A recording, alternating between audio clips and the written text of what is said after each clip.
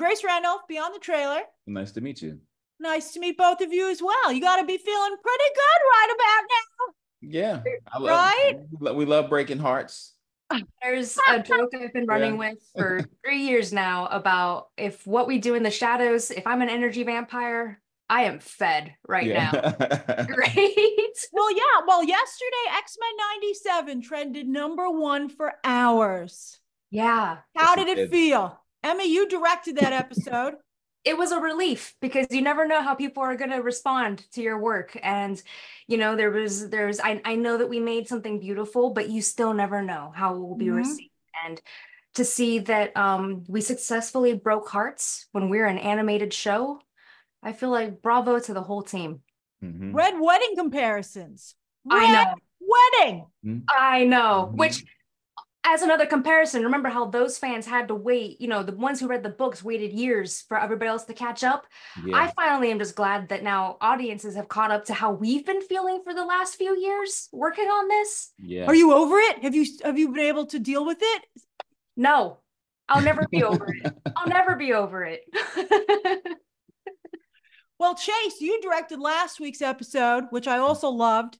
How did it feel? You know, the focus on Jubilee was fantastic. How did it feel to be part of upgrading her powers like that? It's cool. As a character, I've always loved Jubilee, and it feels like the natural progression of her character as we're moving into the continuation of the series, right? To have her grow up and be 18, and then also, you know, I think in the comics as well, you know, a lot of her powers have evolved over time, and she's gone through several different phases.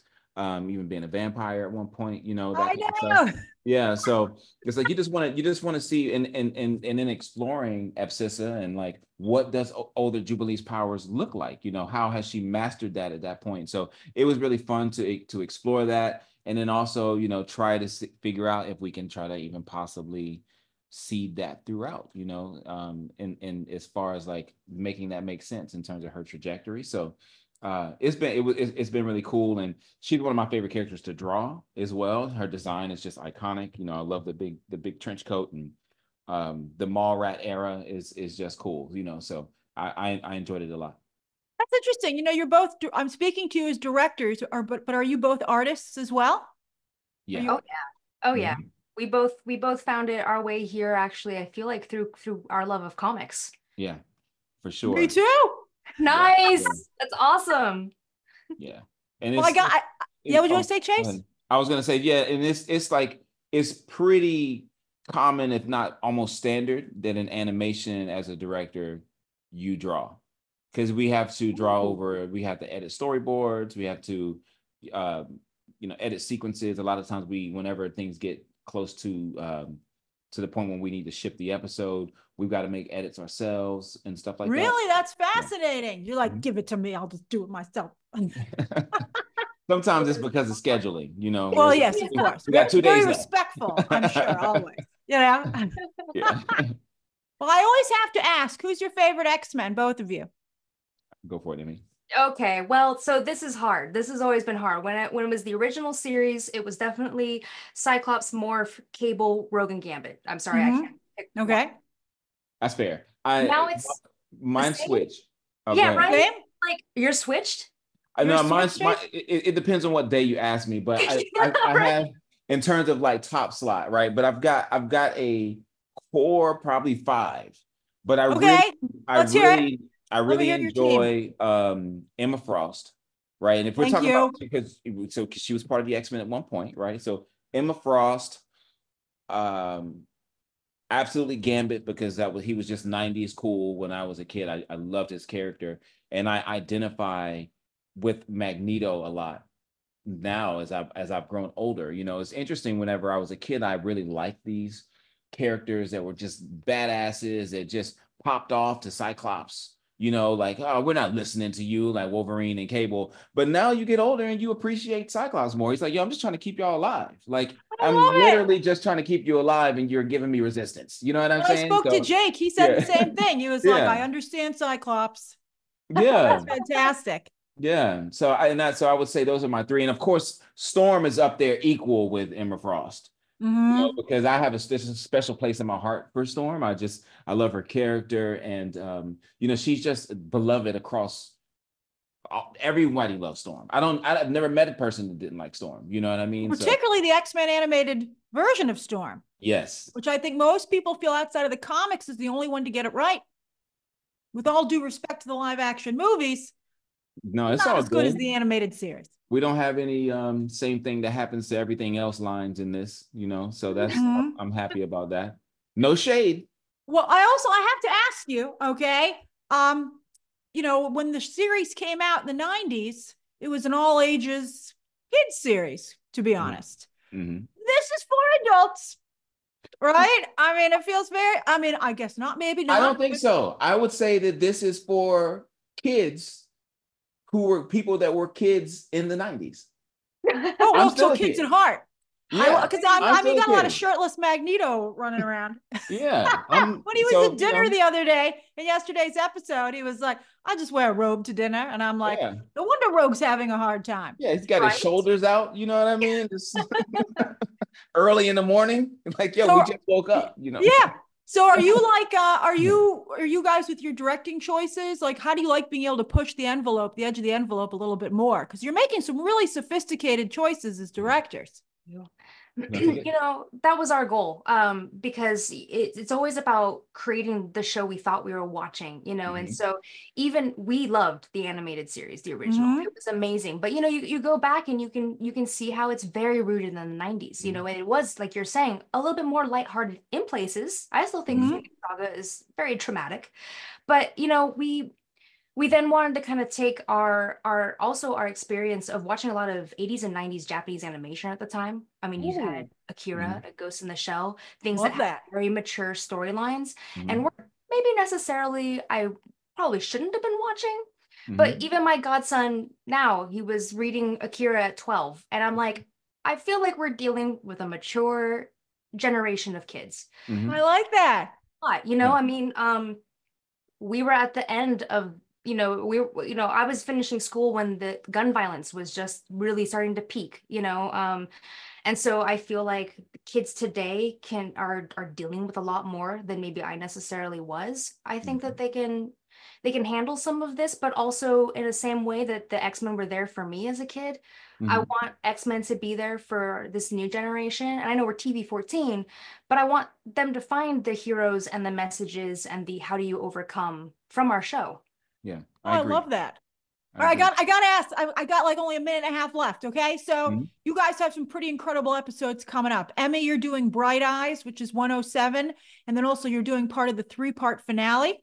And then Chase, you get to wrap up Life Death next week, which I know a lot of people are very excited about. All right, I know you can't give anything away, but can you give us some teases? Because people are very excited, even more so now. Storm and Forge are in it. Yes. Yeah. No, I'm trying to think. Is there anything that I can give you?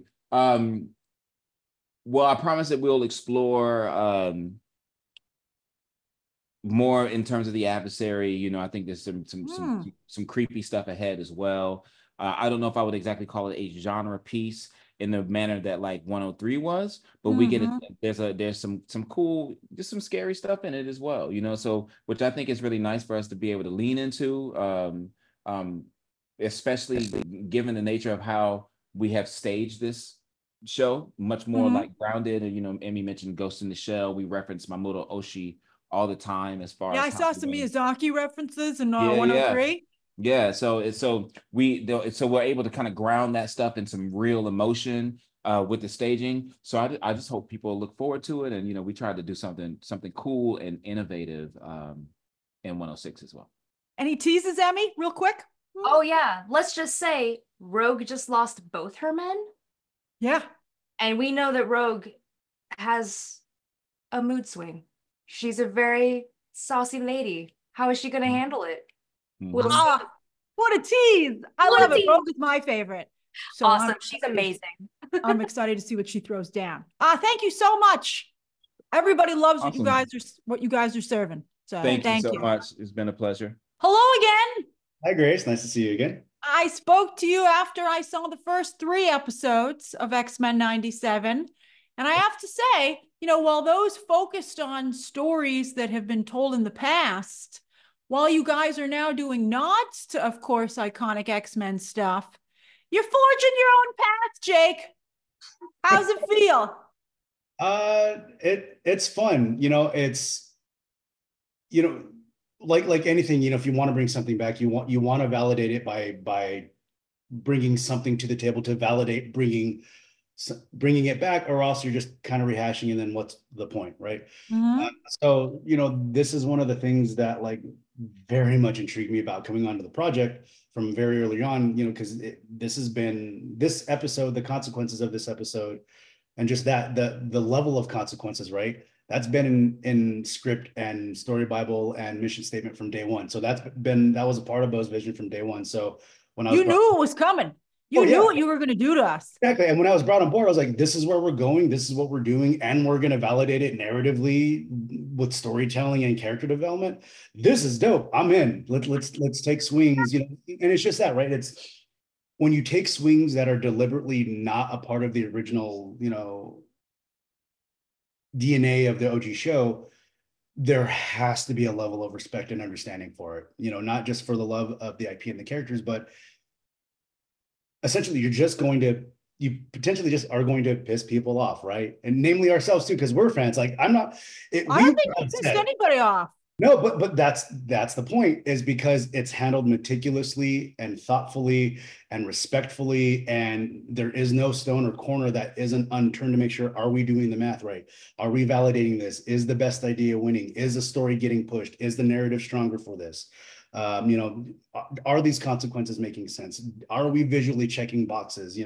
Are we emotionally checking boxes? So it's, and at the end of the day too, it really comes down to, I can't say this enough, it's an insanely monumental team effort to get anything done on the show. I mean, and you guys see it, it's on screen. It's, yeah, it's, and to what you said too, forging our own path. Absolutely. You want to validate making something fresh but familiar, like we've talked about before, but it's also, if you change too much or if you push too much in a certain direction, it's no longer the thing, and for us to be a true spiritual successor and a revival, I always hesitate to say the term modernizing, but it's what I equate to is a rudimentary understanding of just violence, and action, where we as a populace and as as consumers, our bar of, oh, that is too violent or that's really violent has definitely changed from 92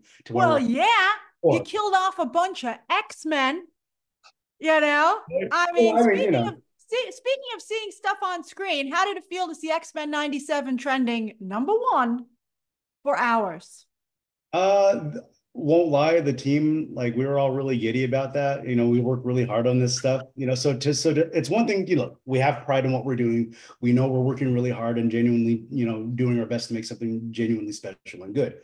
But it's another thing once it's out there for the world to be like, yeah, we're like, oh, hey, cool, because we're artists in our corner doing our thing. So it's been wonderful, Grace. It really has.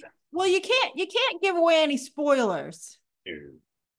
But was like this your big salvo, or is there more coming that's even more than this episode? What I will say is this is definitely always going to be a seminal moment in the season. It's going to be essentially a mid-season finale, right? More or less.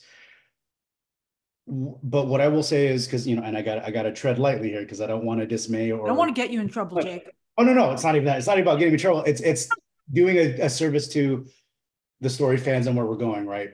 That's very nice of you. Don't ruin it. Yeah. And to that point, what I will say is, whether because this is a kind of a big spectacle episode, right? Yes, we have the emotional tethers. Yes, we have all of that good nuance and storytelling and all that great stuff. But it's a sight to behold, right? It's also a visual, like, oh yeah, be visually overwhelmed. You need to feel this genocide, not just watch it. You need to experience this with our characters, which I think our team, we rightfully did. But You think you're going to blow our minds again? What I will say is, whether or not things go as big visually or spectacle wise, what I will say is the storytelling and getting you to go, I didn't think of it like that, or go, huh, they make a good point. I don't want to say, like, the audience is to determine how big things are, right? Visually or whatever. We just bring it. We bring the action, we bring the love, we bring the mutant powers, we bring all that stuff to the table. But what I will say is, again, just like, as far as storytelling, these are every episode you see is kind of the slowest episode you are going to see. What do you mean? As far as just, oh, they're talking about this. Oh, they're covering that. Oh, they went there. Oh, subtextual storytelling, or tones that aren't being shied away from, or themes that aren't being shied away. Okay. So this theme in episode 5, consequences, real consequences, something that we talked about a lot, that was from Bo from day one, but that we talked about in making the show, was just the callback to Trask's line in episode 1. You have no idea what it feels like to be left behind by the future. That was something that was always talked about when we were crafting this, is that the X-Men have to eventually experience that line. What happens when the X-Men have to realize they are left behind by the future now, because in this case, mass genocide, something. Well, yeah. Well, it's interesting because you start out the episode with them feeling they're on top of the world.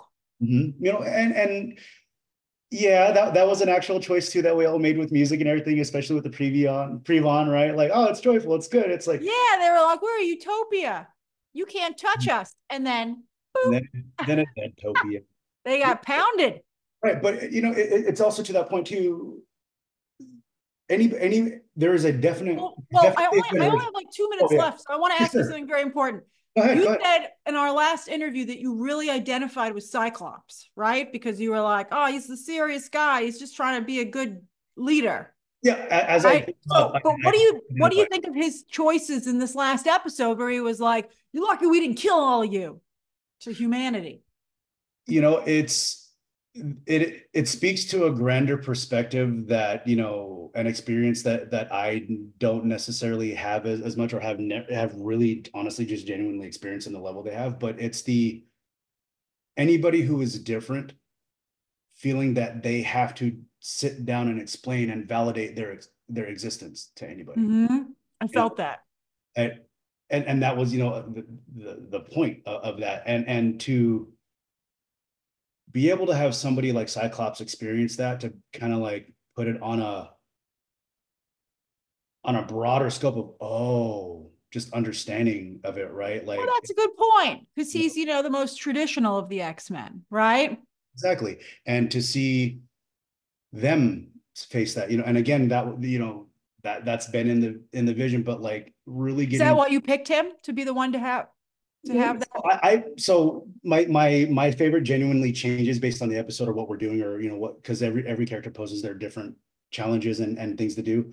But the reason I go to Cyclops is I feel genuine growth is, in childhood you love Wolverine because he goes where he wants to go, and then as you understand Cyclops because he's just trying to get everybody home alive, and being in a position of leadership myself, being in the chair that I'm in now, I absolutely, understand and relate and sympathize with Klops. I hate when I know I get in a lot of trouble when I call him Klops, but I know it upsets people. That's all I say. But I like it. But with Scott, it's I like that he's not infallible as a leader. That's why he's Scott. He's not meant to be perfect. He's meant to question or fail. That's where kind of like that's low-hanging fruit, right? From like the live action stuff that we've kind of seen. It's I'm Cyclops, I'm whiny, I'm not the leader. I'm not the leader I should be. It's like, but they're missing the fundamental reasons why he's there, because of the grand things that he's being called to do, because of the mass leading that he has to do, because he's being tasked to lead Charles Xavier's dream, right? To help funnel that into existence. So and doing those monumentally great and big things is the beautiful juxtaposition of when he questions himself. So you have to have both of those in there, to really get Cyclops to be Clops. Well, I can't wait to see what happens next. Yeah. Thank you Great. so much. Awesome. Thanks, Grace. It's been great so far. I can't wait. Thank you so much. Take care.